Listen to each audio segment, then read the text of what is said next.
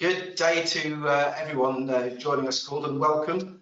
I'm Guy Platten, Secretary General of the International Chamber of Shipping, and I'm delighted to welcome you to this latest edition of our ICS Leadership Insights live series, our fortnightly discussion where we aim to spark some different conversations by bringing together leaders from inside and outside the shipping sector to examine the global issues impacting trade, economics, geopolitics, and technological innovation, and of course, the implications for our sector. First of all, I really would like to thank our sponsors, ABS, who are supporting this spring series of Leadership Insights. We are extremely grateful for their generous support. For today's discussion, a really important subject, we're going to look at infrastructure transformation as we move to a zero carbon future. Shipping, as we all know, is the engine of global economy. It is an extremely efficient way of transporting freight and accounts for over 80% of world trade by volume being carried. As an industry, via the IMO, we have set ourselves ambitious targets to reduce greenhouse gas emissions by at least 50% in real terms by 2050 and a zero carbon future shortly after that. But to do this will take concerted and cooperative action from all stakeholders across the marine value chain. Moving the world's shipping fleet to new, lower or zero carbon sources of energy will require huge effort to transform the existing fuel production, bunkering and port infrastructure, and demands collaboration across the sectors. But the imperative for change and the willingness to succeed are there and will provide opportunities to drive global growth and prosperity, as we will hear from our esteemed panel today. We've got an awful lot to pack into the next hour, but in case you miss any points, the session is being recorded and you will be able to download the footage shortly after the meeting to review at your leisure. We also really encourage your active participation. Please use your question function in your control panel to ask questions during the session. Thank you for those of you who have already submitted points for us to consider. We're going to try and cover as many of those as we're able to in the time available, or in any case, we'll provide written answers after the meeting for anything we don't get into. So without any further delay, let me introduce you to today's expert panel. Firstly, I'm delighted to welcome my good friend Sakura Kuma. Sakura is CEO of APM Terminals Japan and is a trailblazer as one of the very few female CEOs in the port community. Welcome, Sakura. Good to see you. Thank you very much. Our second panelist is Henrickson. Carl leads the Shipping and Maritime Technology, Innovation and Digitalisation group at Shell. Welcome to you, Carl. Good to have you here today. And our panel is completed by Sally Sudworth. Sally is Global Head of Sustainability and Climate Change at the engineering consultancy Mott Macdonald. Welcome to you, Sally. Hello, everyone. So without further ado, Sakura, I'm going to turn to you first. What's your perspective on how our major ports are going to change and develop in response to this imperative to decarbonise? What do you think the port of the future will look like? So Sakura, over to you. Thank you. First of all, thank you, Guy, and also International Chamber of Shipping for this great initiative. It's a true privilege to be here. Thank you for your question as well. I think I'm the only one who are here representing the port sectors. For quite a long time, the shipping industry, ports is a family member of the shipping industry, but somehow like invisible or lack of visibility of data or connections. We're like the forgotten piece, but the situation has been changed or improved dramatically because the global trade trends.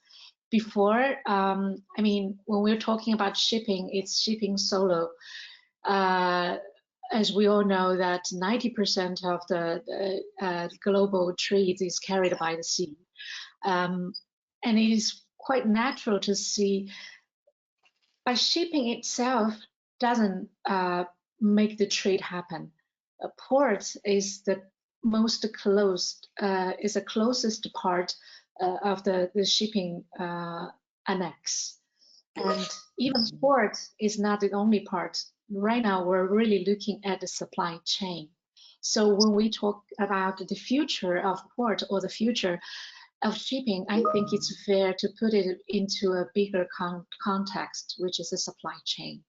And right now, when we see the infrastructure at port, still, we have so many aspects that we need to look into.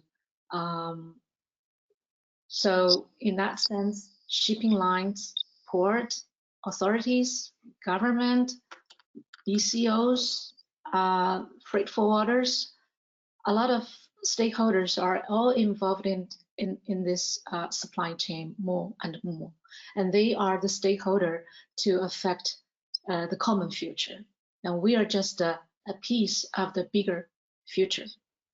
So right now, as far as I know, many major player in the port sector, such as PSA and APMT as well, we have a lot of initiatives to cooperate with the other sectors of the supply chain, especially shipping. For example, we are building up this platform to accelerate the process of data exchange and digitalization, and increase the visibility of the process of the logistics. And that comes back also to the two major topics. One is digitalization, and the other one is decarbonization. So, for example, as far as I know, for example, PSA, they are the biggest terminal operator. They have the Calista as a platform. And as Maersk Group, we have, of course, building up with a lot of partners, trade lanes, TRADLENS. Actually, the sponsor of the session, ADS, is also one of the partners to build up this platform. Using the platform, using the blockchain technology, building the platform, increase the visibility. We can also monitoring the CO2 emissions, and to accelerate the collaboration among each stakeholders or each section of the supply chain in order to move forward. So in terms of the port, among this bigger picture, now if we focus on what's going to be the future of the port, inevitably it will go toward the automation as a middle term or long term future. Before this call, I just had another call with some more port related people discuss about this, because every country we are, no matter it's a developing country or developed country, the port sections, we facing these labor issues. First of all, the union has a lot of pressure on the working environment improvement at one hand. The other thing, for example, taking Japan as an example, the aging problem of the workforce is another challenge. Also because of the lower birth rate, if we look into the next generation, we probably will soon run out of the hands who can really work physically in the conventional way at the port. So in order to improve the environment at one hand, and then also to deal with the labor force, decreasing labor force issue, automation will be the future picture. But in order to do that, actually the first step for the automation is still digitalization. If you do not put the data into this platform that you can monitoring, you can take out and you can cook the data into something that you can use to improve the safety and the productivities. then automation is just something, a painting on the wall, right? So digitalization is the first step. And then as the one of the community member of the whole logistic, the supply chain. Now, when we look at the trend of the supply chain, is that visibility of the data, like I said, the trade lanes or the PSA product, the Calista, that is all to involve not only shipping lines, but also ports, authorities, BCOs, and freight forwarders, everybody in the supply chain under certain rules and utilize the blockchain technology to build up this data form.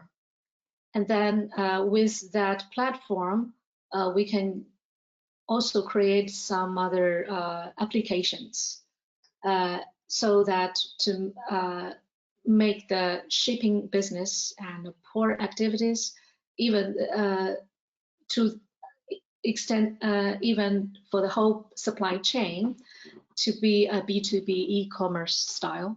Just like when you want to purchase something, you go to Amazon, and in the future that will be a B2B Amazon business in this, shipping related supply chain.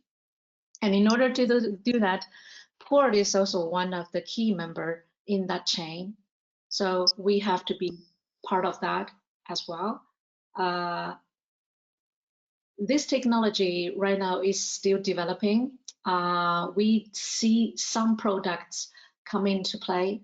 For example, Maersk also have the product called Twill, TWILL, and that's a B2B platform to improve first of all, the visibility of the whole process.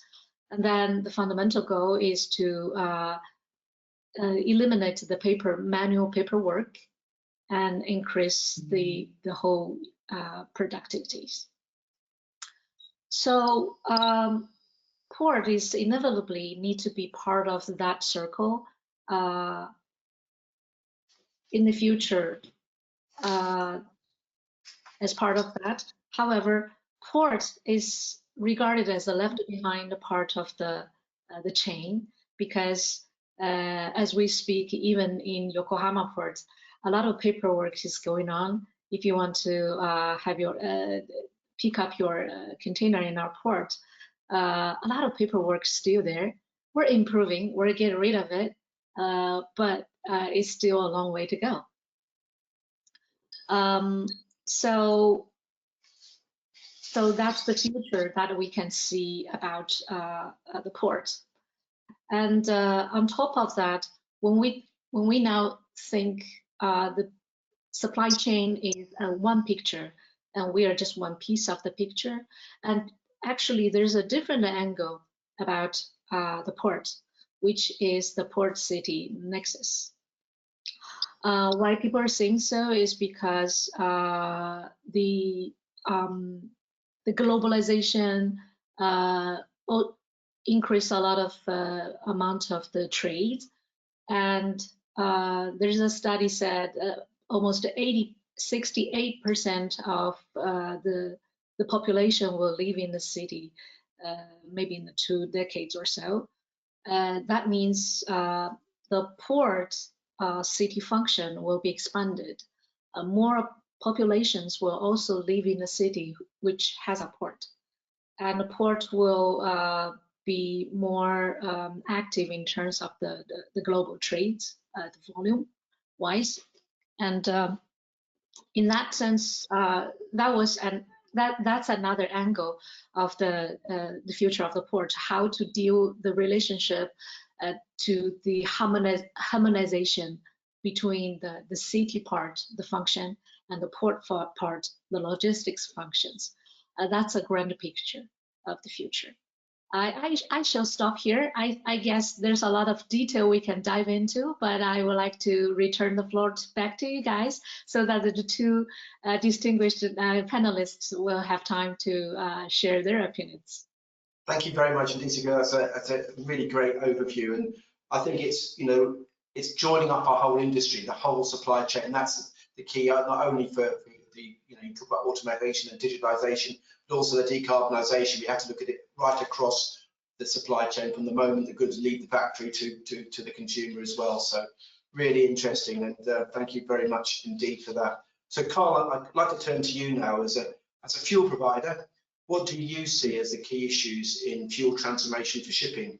And where actually are we on that trajectory to zero carbon fuels? And what are the many hurdles we need to overcome? So Carl, please, over to you. Thanks, Guy, and good morning, afternoon, and good evening to everyone. So in this opening piece, I'd like to touch a little bit on Shell's strategy of powering progress, and then briefly explore three areas where we feel that industry collaboration will be essential to driving emissions reductions right across the supply chain.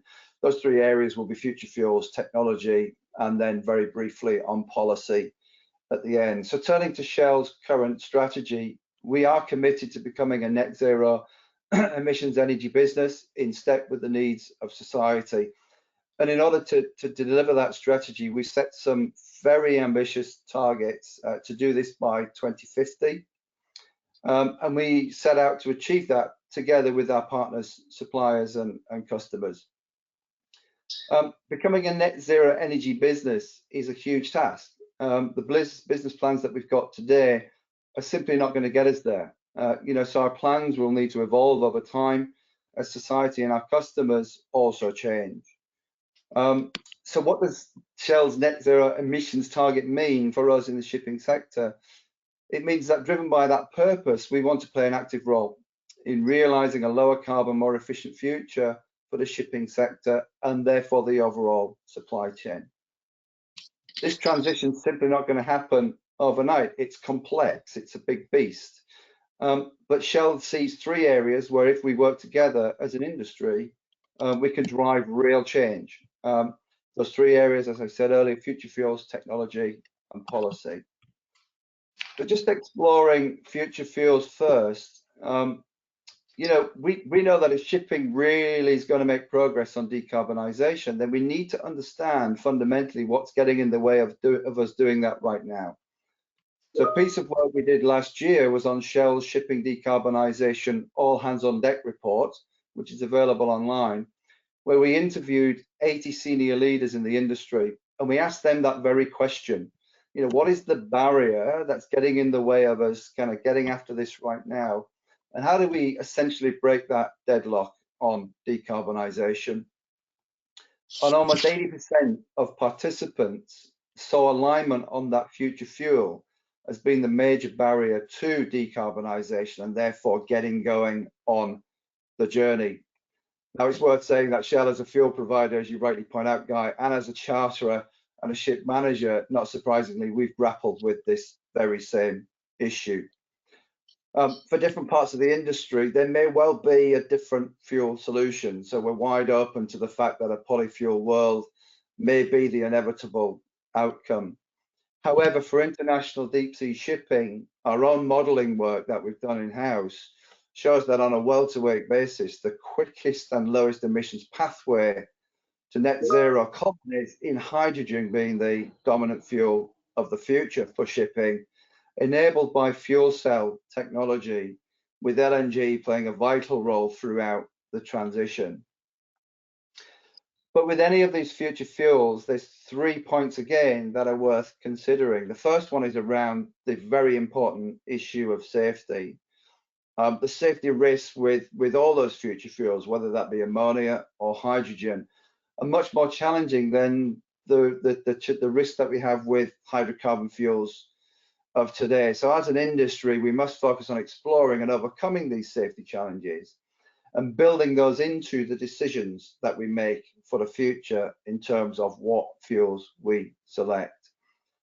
Secondly, on cost, any future fuel is going to require serious investment from the industry. We know the cost will come down the more that we collaborate. So therefore, working with energy companies, industry, infrastructure providers and OEMs will start to create some of those economies of scale and some of those efficiencies, enabling technologies more accessible to the industry. We've also got to look at the long-term cost of production of the different fuels and weighing up the space for maturation and optimization to find the long-term sustainable fuel for the shipping sector. And then finally, on emissions reduction potential, we've got to consider emissions on a complete end-to-end basis.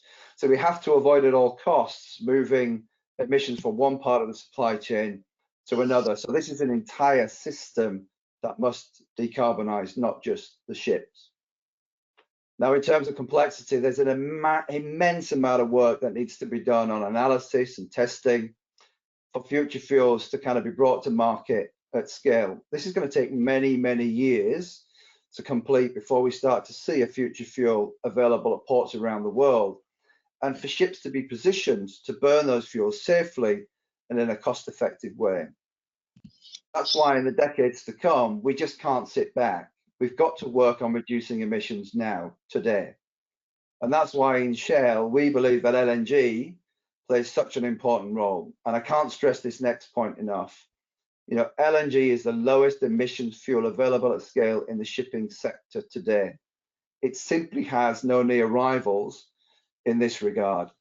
So therefore, we believe that LNG must be part of the solution to ensure that any new build investment the sector makes today, which will obviously be the legacy fleet for the coming decades, has as low emissions as possible. The second area I wanted to briefly touch on was around technology. And even where there is a clear zero emissions fuel choice, shipping will still need to address the technology gap of both the lower energy density associated with all these future fuels and how we get that future fuel onto ships and the operating practices that will allow us to use that fuel in a safe and compliant way. Fuels like ammonia, methanol, and hydrogen all have lower energy densities than the fuels of today. The impact being that we need more fuel to travel the same distance. This presents a number of significant challenges. However, working together to develop and deploy energy efficient technologies more widely means that we can start to begin to mitigate these challenges. Finally, on policy, making global progress on decarbonisation will need a foundation of a global policy framework. I mean, shipping fundamentally is an international industry, and the most effective way to drive change fairly is with global regulation. So one of the ways that we at Shell see helping to drive this progress is by advocating with international bodies for regulations that provide a stable and strong incentive to decarbonise, while supporting the countries and the organisations that do so. So those kind of very briefly are the three areas that at Shell we see as being crucial to making progress on shipping decarbonisation. And I hope that we can get the opportunity in the conversation through the questions to build further on this and to share more examples of the work that we're doing. But in the spirit of time, Guy, I'll throw it back to you and we can hear from Sally. Thank you very much, Carl. And the questions are coming in thick and fast now as well. So it's obviously sparking some thoughts both on ports and what you just said as well, Carl. I mean, particularly on the lower energy density, to me, is in terms of Port Platten, perhaps something to think about is, you know, where you're going to put the storage facilities for these, as you say, lower density fuels, which are going to be near cities, as Sakura has said as well. So I think that's maybe something I'd like to touch upon in the questions, if I may. But thank you very much, Carl. Very, very thought-provoking. So turning to you, Sally, as an engineering and infrastructure consultancy with an absolute global footprint, your company provides a blueprint for sustainable and low carbon infrastructure. I'd really like to hear your experience of how ports can collaborate with local industry and cities to accelerate changes towards net zero, and also how ports and their associated infrastructure fit into a country's overall response to climate change mitigation and climate resilience. So Sally, over to you. Thank you, Guy, and hello to everybody. Thank you ever so much for this opportunity to speak today.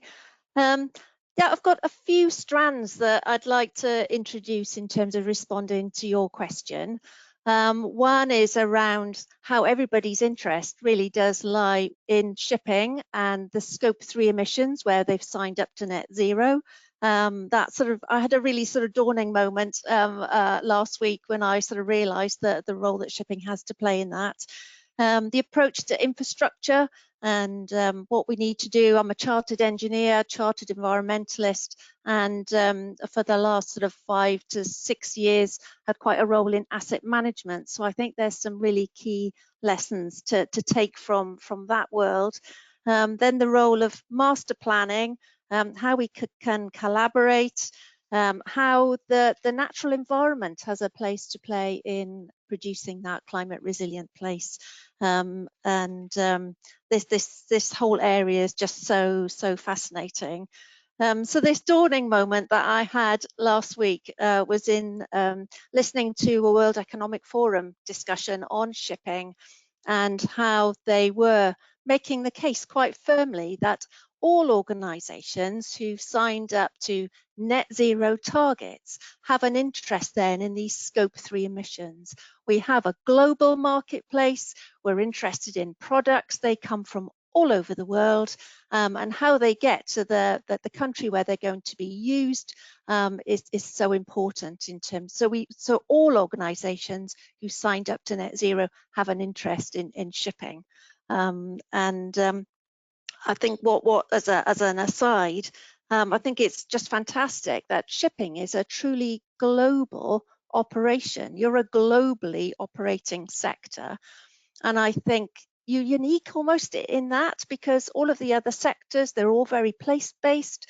You know, there are lessons that we can share, but I think in terms of providing that overarching framework that we can all really sort of latch on to, I think shipping and ports have a real role to help us get to this net zero place that we need to be at by 2050. So I think that's extraordinary.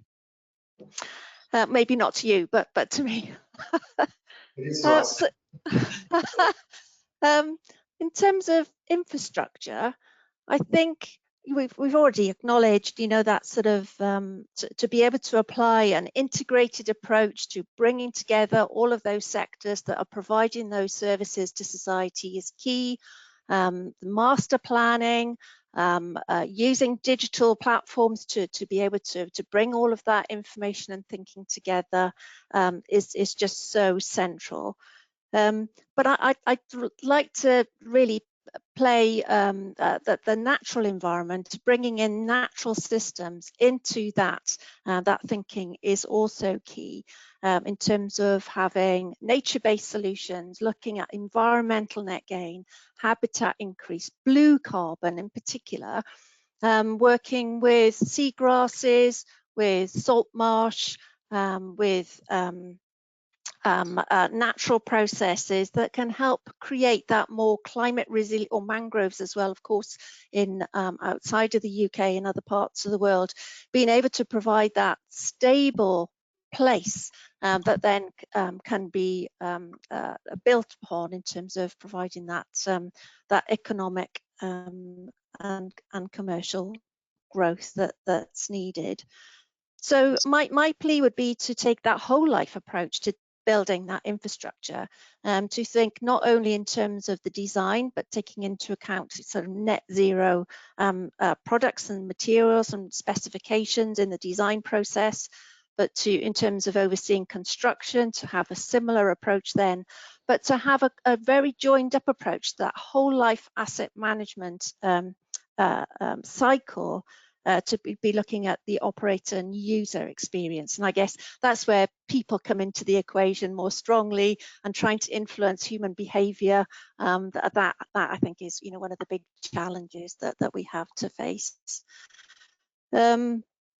Cities, we all know that the majority of the world's bigger cities lie on the coast. They are particularly vulnerable, and so being able to consider building in resilience, so that with this increased storminess that's forecast, with the number of huge storms that are predicted, for the remainder of 2021.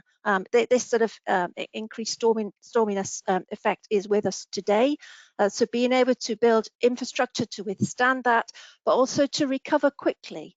So that when things are damaged, that we can very quickly move into recovery mode, so that we can recover and restore and reinstate those key services.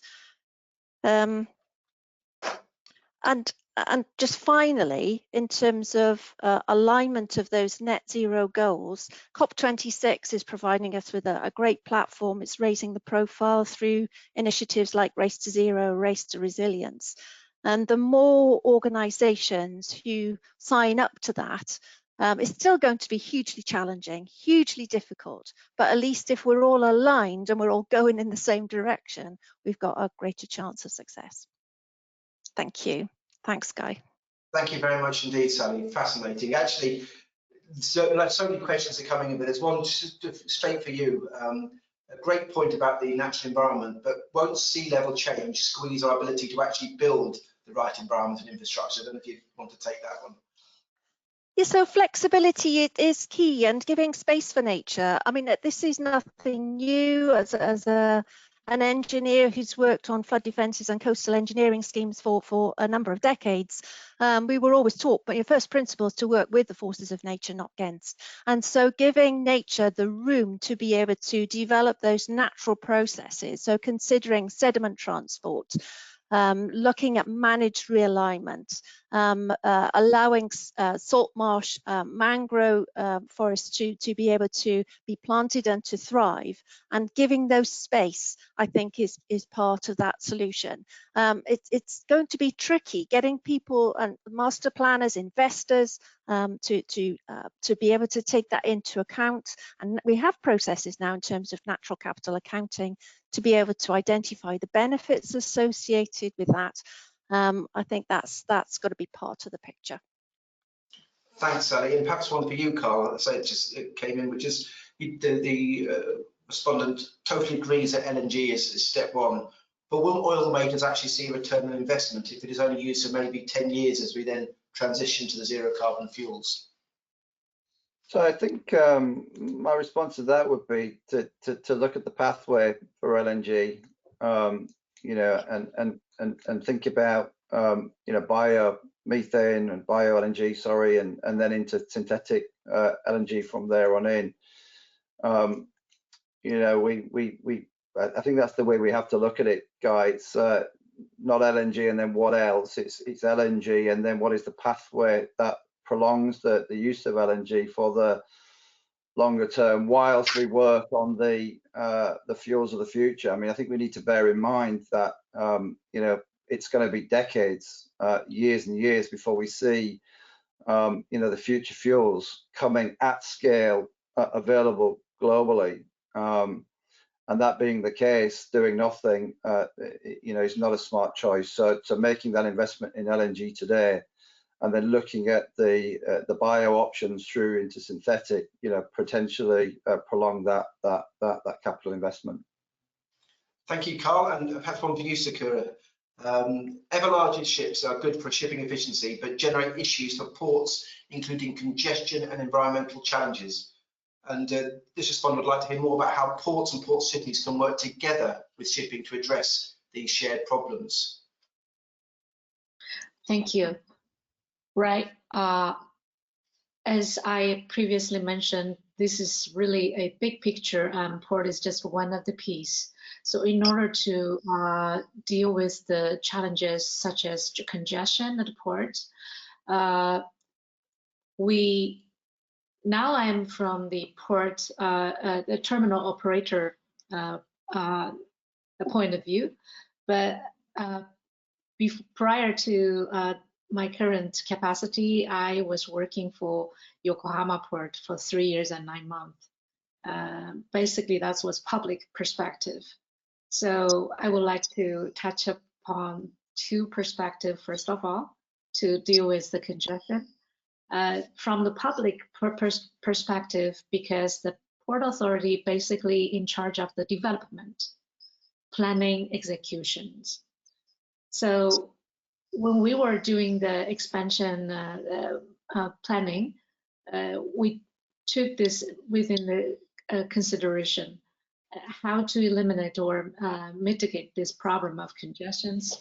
Of course, if we have sufficient land, we can make wider access road or to do so, but within the limited conditions, how to do that. The hardware infrastructure is one thing. The other thing is how to rationalize the gate, the flow of the gate. In Japan, the Japanese government take initiative to develop a reservation system called Campus. And right now, my terminal is the only port to install and really run the Campus system. First of all, as an experiment, and then since this spring, we do it, we fully installed and do it fully. So that's for the governmental perspective. The hard infrastructure and the systems that the government can really take the initiative to improve. And then from the terminal perspective, from the operator perspective, it is also optimization of the operation. You have the certain numbers of the gate, and you know the flow of the yard, and you know the yard flow, gate flow, and the vessel operation actually is one circle. You have to optimize that flow so that you have to get rid of the bottleneck. And normally the gate will be the bottleneck. So that's another thing. And then how you do that, like I said, it's the visibility of the data. You still need to, the more data, the more fact you have in hand, the more solution plan you can come up with. So that's something as terminal operator we're working on. And the other thing, actually this one is a fundamental thing, how to get rid of the congestion if the vessel doesn't come on schedule. Right now with this pandemic, shipping industry are facing a huge problem is that we used to have a pro forma about when to arrive to the port, but now they can hardly control that because of some of the area, the logistics become so messy. And since end of second half of last year, a lot of containers get stuck in the inland of Europe or America. Right now, it's more stuck at the port because, for example, the west coast of America, the workers, the short of workers because of the pandemic, and also because of the situation of the concern of the pandemic. Maybe it will be improved when the vaccination come in place gradually, but right now, the global shipping industry is really facing this the mess of the vessel schedule. So if the vessel doesn't come on pro forma, no matter how good the plan we have made prior to the arrival of the vessel, if it doesn't show up, then or they just show up altogether, but we only have limited berths, number of berths. So that is something we cannot control. Again, we cannot control everything. We are one piece of the whole picture. So this is, again, back to the collaboration that I mentioned before. In order to maintain a smooth flow of the logistics, each stakeholders will take their part. That's my answers for the question. Well, I can go on and on, but I'll just... Thank you very much, Sakura. There's so many questions coming in as well. Just turn to you, Carl. What's Shell's plans to actually scale up production of hydrogen? Because we're talking about that to fuel the future. You seem to indicate that that's a very important pathway that Shell believes is the right one for safety and other. What's the plans to do that? And also, what are the plans to even store this hydrogen when it's made? And what collaboration is needed with ports to do that? Yeah, so I think first of all, let me focus on the ships, Guy, because that's the where my area of expertise is. What we're looking at on the ships themselves is to get a number of consortiums up and running to trial fuel cells on a ship, which we believe is the enabling technology that will facilitate that hydrogen future. And because we don't want to sit back and wait for hydrogen to be available in all ports in the world before we get started with that fuel cell development, we're going to start that today with LNG. So there's two particular projects that we're running, one in Singapore, looking at getting a fuel cell on a small kind of cross-harbour application, and then a wider consortium which is looking to put a fuel cell on a deep sea ship, originally as part of the auxiliary fuel system, which will be run on LNG, as I said, but we will make sure that we put hydrogen through it as well. The idea is that we show a zero port call kind of option using that hydrogen fuel cell solution. And then I think on the wider point around infrastructure, I think the key point for me here is the challenge of where shipping positions itself around future fuels. My view is there is a risk for the shipping sector by going it alone, and therefore pursuing a fuel which the shipping sector is only pursuing on its own. What is clear to me is, and to Shell actually, is that the wider sectors, so whether that be the industrial sectors, the mobility sectors, and shipping, can focus on hydrogen, because that seems to be the fuel that's working its way through the cross-sector piece. And because of that wider ecosystem disruption, shipping can fall in off the back of that wider disruption.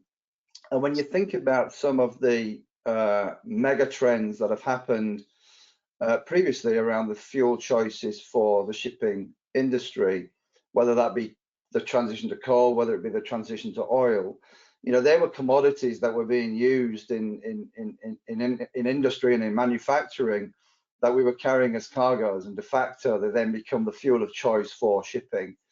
What we're starting to see now is a number of announcements, one recently taking green hydrogen from South America, which is seen as being a natural hub given the abundance of renewable energy resources, transported to Northwest Europe for distribution into the retail network. Now, obviously, shipping is going to have to be the global pipeline for that commodity. Therefore, getting it onto ships and carrying it as a cargo and relying back on those megatrends that have happened in the past is the reason why we think we can see that being used as a future fuel in a maritime application. And it is that wider disruption across the sectors that will galvanize the infrastructure change that shipping will ultimately benefit from. Thanks, guys. That's a great, really good answer. Thank you very much for that. Just turning to you, Sally. What do you believe that how ports can make a difference to the wider plans of cities and countries to reach their sustainability goals? How do we play our part?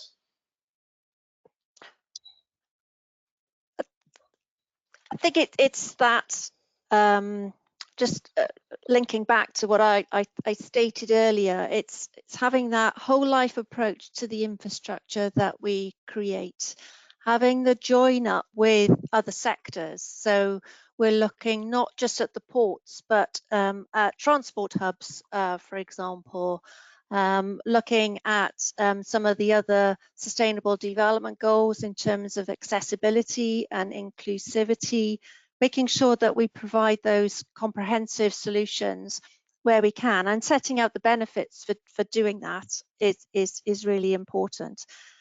But having it's almost like revaluing or changing the definition of value. We're very used to defining value in the terms of financial return, but I think we have to broaden that out now to consider the choices that we're making every day in terms of our operation, our design, our construction, or how we're implementing these processes for these systems, is to take into account carbon and sustainability in the round.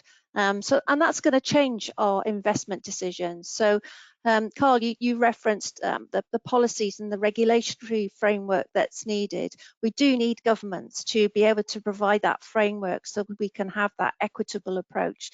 We've recognised that there are so many countries that are vulnerable to climate change, and they maybe aren't best placed to make a significant contribution compared to some of the other more developed countries that are, you could argue, are causing the problem.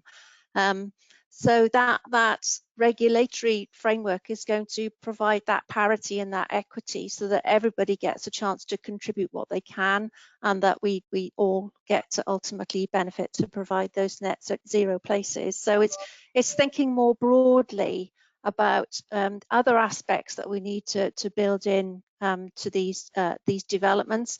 And it's not just new developments, of course, it's retrofits. We haven't talked about retrofits. So all of the buildings that exist around all of the ports in all of the world, being able to carry out improvements and changes to make them more resilient to the storms that we're expecting and to sea level rise is also a really important part of the picture to address.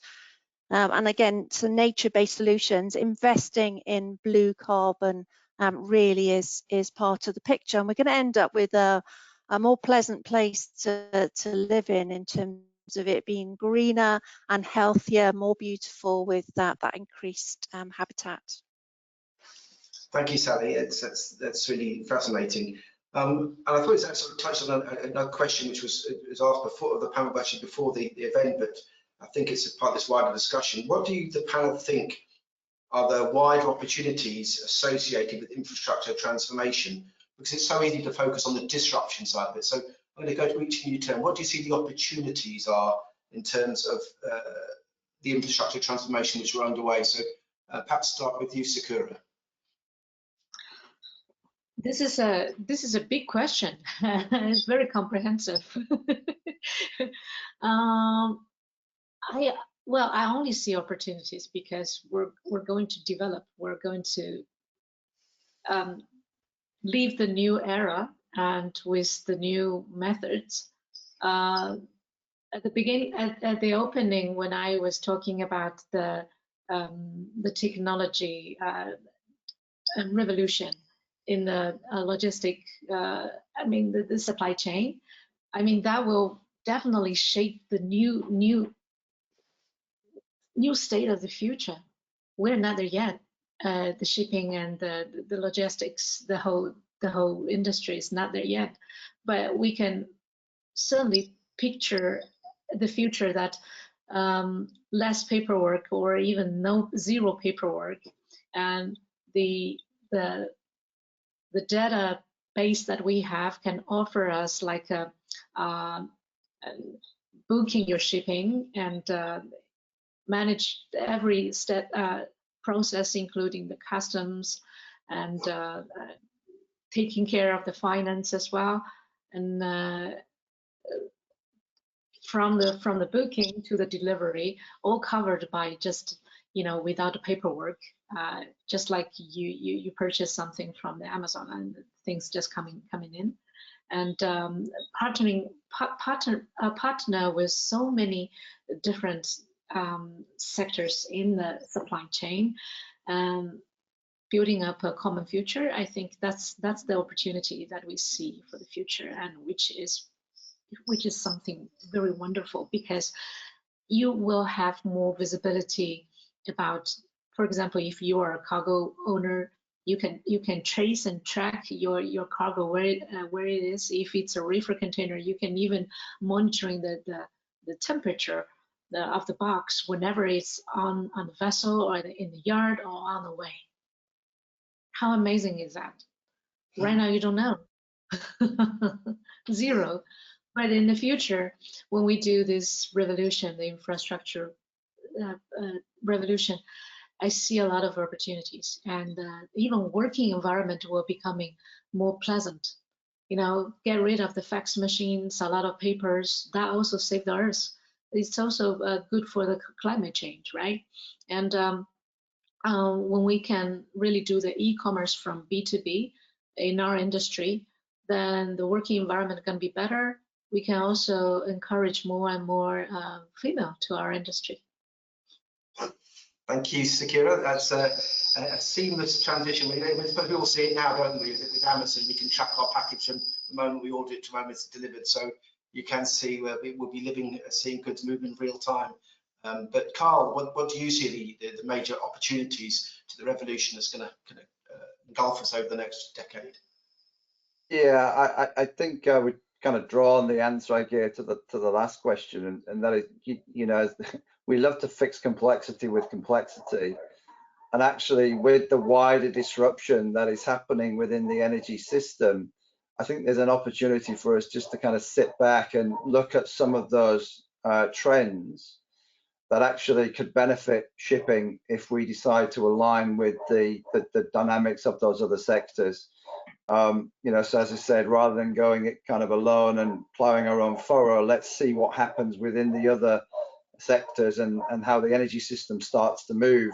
And that creates opportunity for shipping to step into that and become the global pipeline for whatever that commodity it is, whilst also using it as a fuel. So, you know, to minimize complexity and cost for the sector, you know, step back, see what happens elsewhere, and then re-engage with that as a co-owned solution.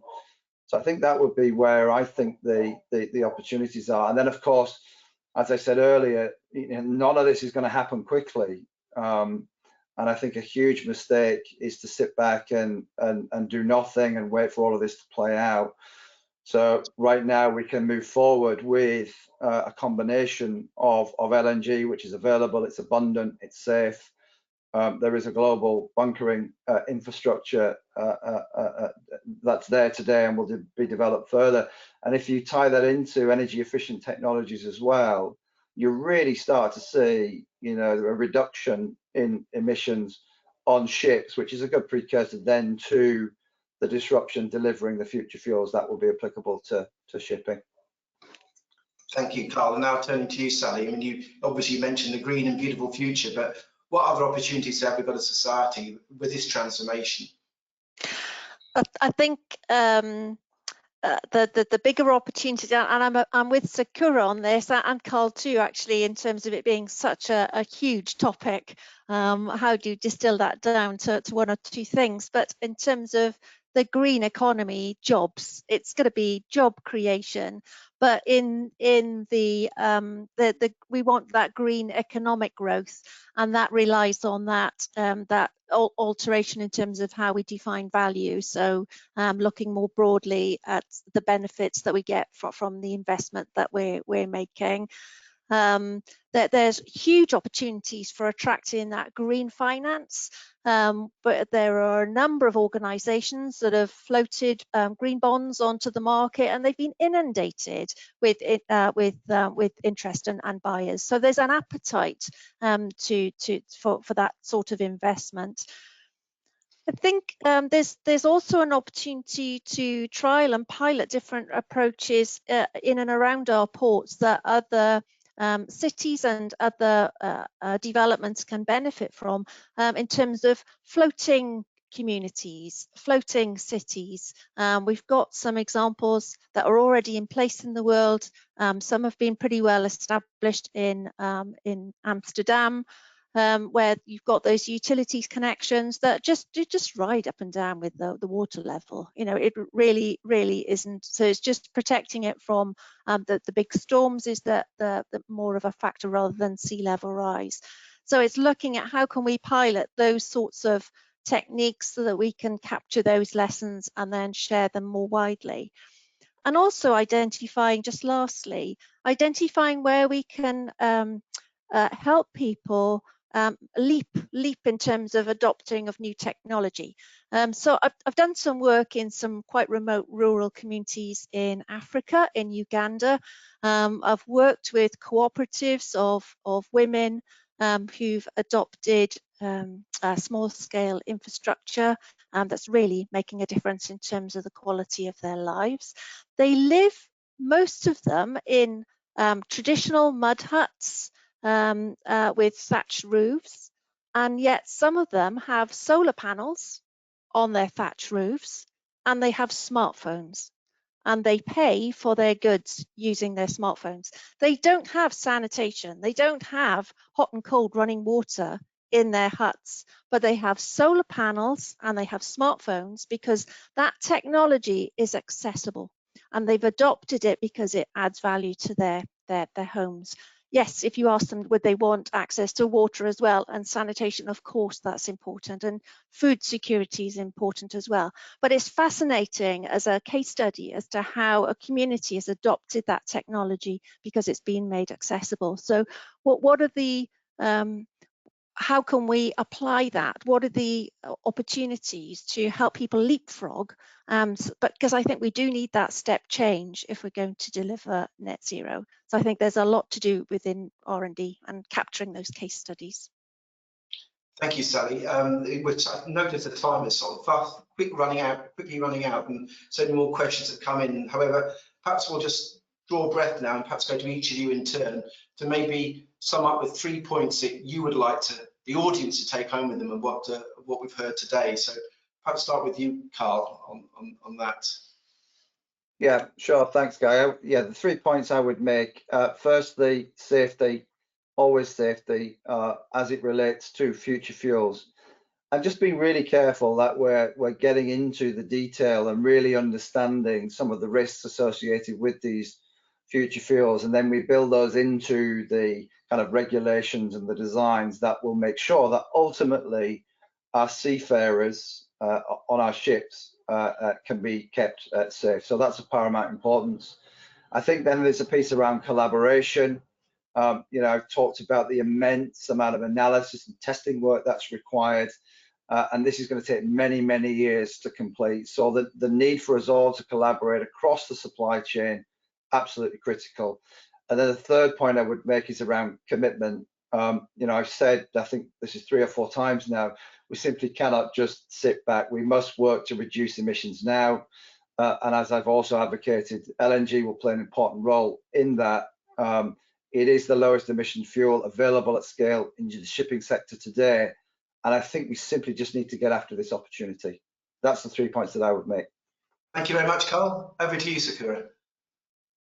All right, 3 points. Actually, I think time is really flying, and I really have a lot of things didn't touch upon, but 3 things. First of all, collaboration. The future that we're talking about, the complexity that we need to deal with, it is not a single shipping piece. It's already the supply chain, the whole chain. So it's really about the collaborations, not only shipping, port, but also, as I mentioned, many stakeholders, including the governmental authorities. They're all important stakeholders in terms of the create a better future. And second, the net zero emissions, CO2 emissions. Any responsible company should stand out and make that statement. And I'm very proud that my employer, Mercer Group, has already made this statement back in 2018. And our final goal is at 2050, we will realize that we will have the fleet of the net zero CO2 emissions. So I think I also take that home because we are a very responsible corporation. And the third is about port. Thank you for the audience pay a lot of attention and also being interested in the port sections, because like I mentioned before, port is a hidden part of our community, not really standing out. But port is really a connection between the land and the ocean. And 90% of the global trade is carried by the ocean, connected by the port, and then transport by other models, more rail or road, or even air sometimes. So this is a very key point of the supply chain. And we will keep going to being part of the chain, and together do the collaboration and solve the common problem together. Thank you. And Sally, the last word to you. Thank you. 3 points from me would be to take that whole life approach, to consider not just the capital investment, design and construction, but to consider the operation and user activity of our infrastructure we provide. Providing that integrated approach to natural environment as well as the built environment. And the third point is, again, the natural environment and giving it room and space to grow. Thank you very much. I think that's worth, I'll use up 2 points for that one key idea. Yeah, thank you. Thank you, Sally, and thanks for being so brief.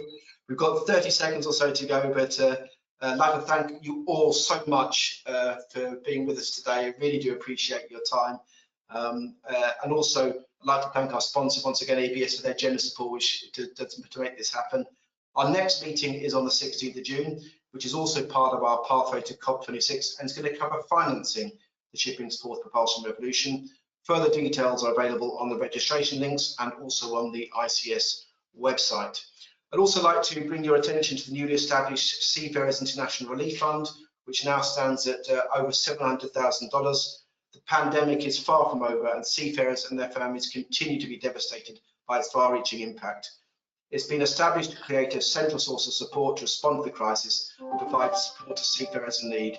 It's coordinated by the Seafarers Charity and supported by a huge number of other charities, including Mission to Seafarers, Stella Maris, ISWAN, Saint Society, ICMA, and many others, and also by industry players, including ourselves at ICS. So on that note, I thank you all once again for joining us today. Thank you to our panelists. Wish you all a very good day, and take care. Thank you. Thank you.